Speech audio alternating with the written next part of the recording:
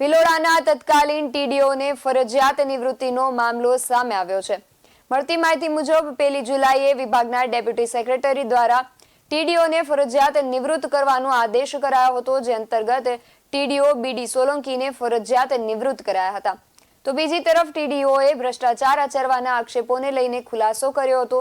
ટીડીઓએ જણાવ્યા મુજબ તેમણે ડિપ્રેશનને લઈને 2 વાર સ્વૈચ્છિક નિવૃત્તિની માંગ કરી હતી, તેમજ શૌચાલય અને આવાસ યોજનામાં ભ્રષ્ટાચાર કર્યાના આક્ષેપોને ટીડીઓએ નકાર્યા હતા। મારી વિરુદ્ધ જે મીડિયામાં અને ન્યૂઝપેપરમાં સમાચાર ચલાવવામાં આવ્યા છે, બિલકુલ તદ્દન ખોટા છે। મારી તબિયત નાદુરસ્ત રહેવાથી અને ડિપ્રેશનની બીમારી હોવાના કારણે હું વારંવાર રજા પર રહેતો હતો।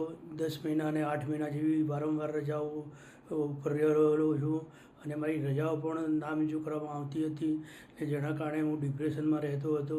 અને જો હું ભ્રષ્ટાચાર કરવા માગતો હોઉં તો હું રજા પર શું કરવા રજા પર ઉતરતો જ નહીં, નોકરી પર ચાલુ રહેત।